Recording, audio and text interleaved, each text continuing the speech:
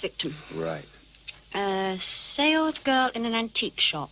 She left at the same time every evening and was found murdered in a park. Park?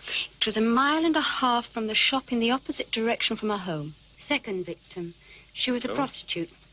She was killed under a bridge where she took her clients. They suspected her pimp. His name's Garullo, but his alibi turned out to be ironclad. Okay, number 3. Number 3. That was a student. Student. She was killed on her way home from the movies. Movies?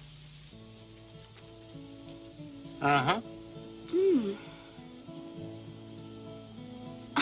Darling.